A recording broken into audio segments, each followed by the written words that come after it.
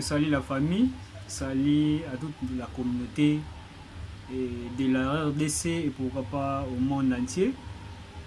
Comme tout le monde chaque fois, où ezali votre humble serviteur, hein?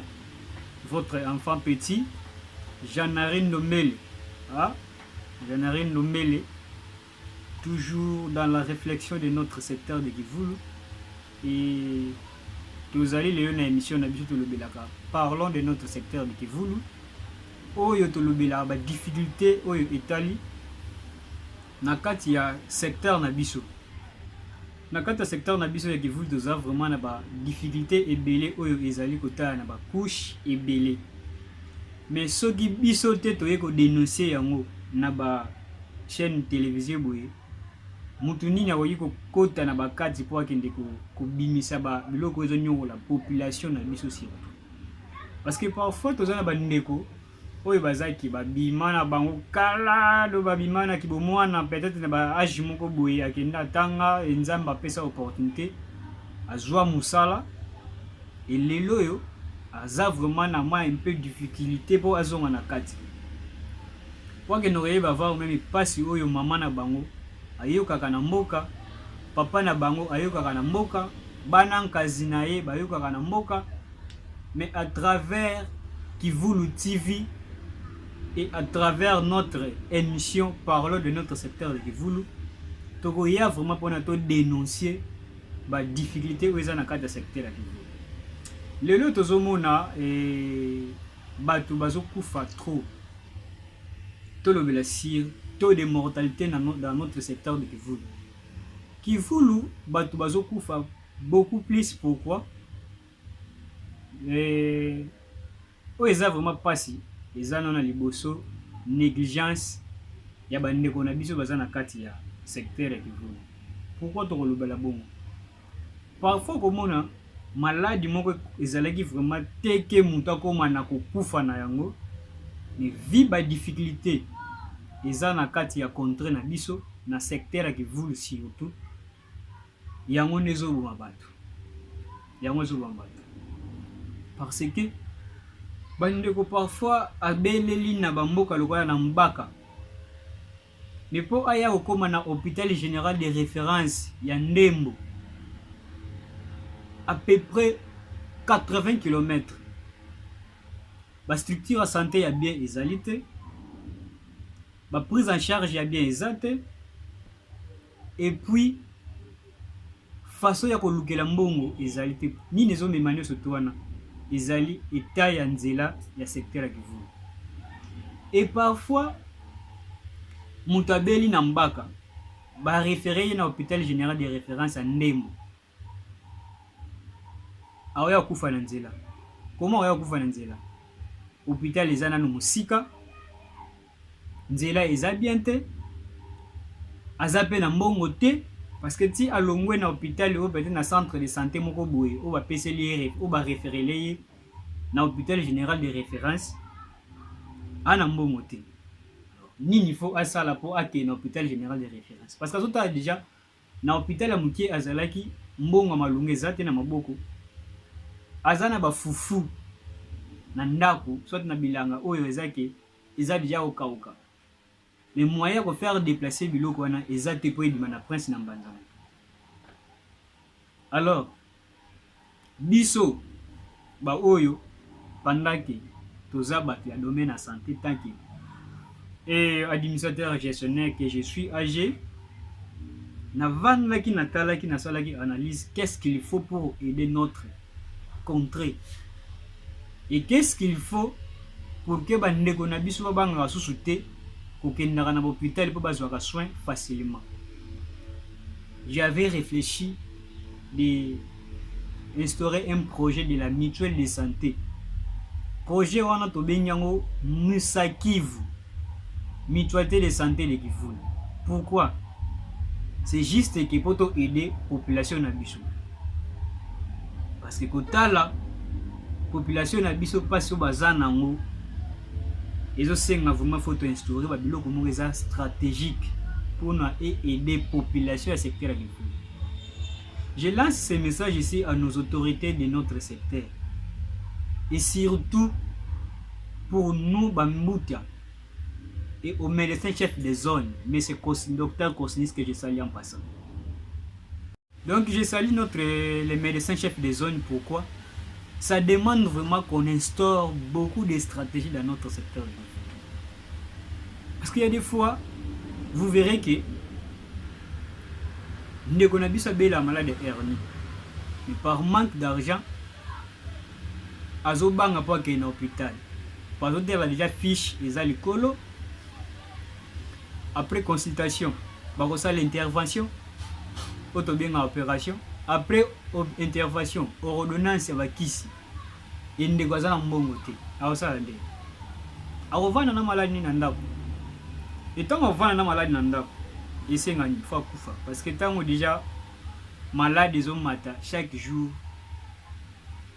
Qui dit ils ont mis na liwa. Alors, nous en tant que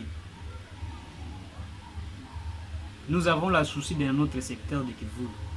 Nous n'avons rien, on n'a pas l'argent. Mais avec les idées que nous en avons, on peut faire développer notre contrée et d'aider aussi nos familles et nos camarades. Notre lead, c'est juste de lutter sur la peur pour aller à l'hôpital quand vous avez rien, comme l'argent. Parce que quand quelqu'un qui n'a pas l'argent, il a d'abord la peur pour aller à l'hôpital. Parce qu'il sait déjà qu'il est à l'hôpital à comme il a nini. Traitement aux oies. Moi, au foot, il a mon nini. Et nous, on a eu cette chance-là de savoir comment faut-il faire pour aider la population, même si nous n'avons rien. On peut aider la population. Et comment on peut aider la population? À travers de la mutuelle de santé, qu'on appelle la Moussa Kivu. Et c'est ce qui peut aider. Parce que quand quelqu'un est déjà membre dans la mutuelle de santé, avec des stratégies qui est dedans, on sait comment on peut aider la population. Et nous allons demander vraiment à nos autorités, nos moutas, nos notables qui sont très loin de Kivu. Parfois, vous n'avez pas ces gens pour vous en poto, vous en pays, que nos conditions de santé sont prises en charge facilement. Mais nous au Congo, et surtout à Kivu, parce que nous les habités, bazando, marché ça le magabiente, nous avons manioc parce que nous, notre culture, c'est de manioc. Nous avons bilanga na ye, ayiniki, asala dépôt na kati ya bizamba. Mazotala abimisango ndenge nini? Abimisango ndenge nini? Parce que car, il récolte ndenge nini? Place ya sali bilanga. Et parfois, azo me masiko yo ba charge. Ya ba basa fufu de bilanga na ye tina kati ya mboka. Après ye na kati ya mboka ayo teka fusana fufu na 19 000. Azana facture au va payer dans l'hôpital il y a 140 000, 150 000, 200 ou plus. Ce qu'on a au teka sana fufu na 19 000. Bana bakolia, bana bakotanga. Le reste des problèmes, à côté de on a 19 000. Non, ça ne va pas. Ça ne va pas. Nous demandons à nos notables du secteur de Kivu, surtout. Parce que si on parle de Kivu, on ne parle pas peut-être aussi de Mbanyong, non. Nous parlons de notre secteur de Kivu. L'émission est intitulée Parler de notre secteur de Kivu. C'est pour cela que nous parlons de Kivu. À la prochaine fois, on peut parler de toutes les Congo, toutes les provinces, mais aujourd'hui, on parle de notre secteur de Kivu parce que c'est là où nous avons des problèmes. Et nous avons créé une mutuelle de santé, Moussa Kivu, mutualité de santé de Kivu. J'ai eu cette chance-là d'implanter ces projets-là chez nous. Mais il n'y a pas vraiment de soutien. Je n'ai rien comme l'argent, je n'ai rien, mais j'ai l'idée d'aider notre population. Et ça sera mieux si vous allez nous aider à travers la mutuelle de santé. Même vos frères, vos mamans qui ont resté là au village, ils seront aidés par cette mutualité de santé. Et quand ils seront des membres là, ils seront aidés. Donc vraiment, vous allez bien ma casse. si bango explication que ba jour na empire ba ondime yote parce que bango la difficulté bango baza nango eleki ke par rapport yo mutu za na ba niveau ya ba ville moko mais ceux qui te sali main dans la main to bongisa nzela na biso to soutenir ba activité ya bonne qui va vous appeler l'autre jour que non moi ici j'ai des problèmes tel non yezalate même to ya mortalité na secteur na biso ekita. C'est pour cela que les comme yoka soni na hôpital les na ba morgue oyoka na semaine moko 12 personnes ya secteur qui voulent bazo bima na morgue et olandeli ba maladi ba beli de ceux qui viennent à tali pena bona lobike ceux qui na laki na mbongo mutu alinga akufa te mais akufi parce que nzela na biso za bien te négligence za makasi pa bandeko na biso nanu ya kati kuna parce que ils ne sont pas enseignés. Mais à travers mutuelle de santé, tu nous avons une conférence.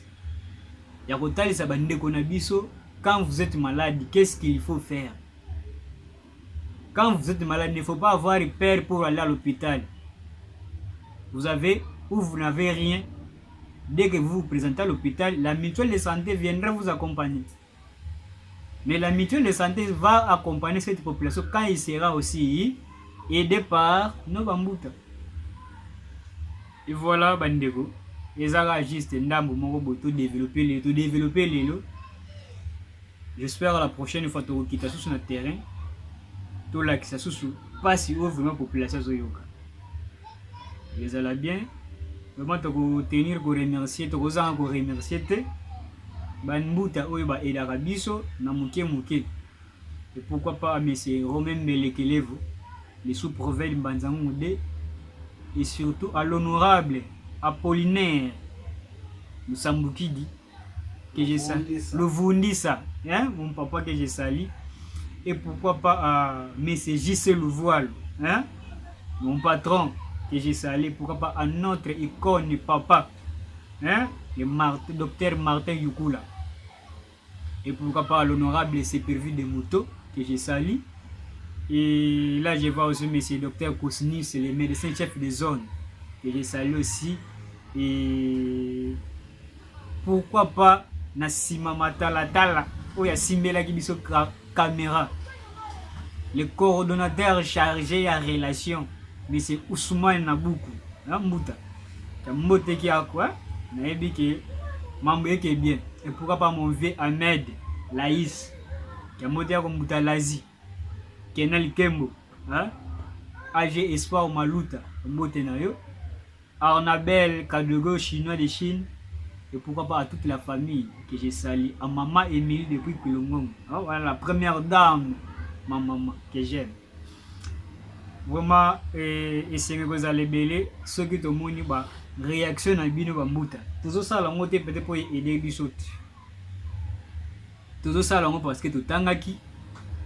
Tout ça, tout ça, la poto aider la population dans ce secteur. Vraiment, vous allez bien makasi. Et bosunga biso, ba numéro vous allez afficher dans bas de l'écran na biso wana. Bo contacter biso, ba idée na bino, ba conseil na bino vous allez vraiment la bienvenue parce que tout ça na nous ban na mikie. Tout ça la moitié peut-être pour toi arracher relève moi pas bambuta non. On voit parfois il y a des mbuta qui ont cette idée mais n'ont pas cette courage là d'innover. Mais nous, pendant que nous avons cette idée-là des innovations, c'est pour ça qu'on tente de faire ça. Nous devons arracher la hiérarchie, mais nous devons travailler en collaboration avec Bino Bambuka. Bien que vous allez bien, je vais beaucoup aider Bissou. Ciao, merci.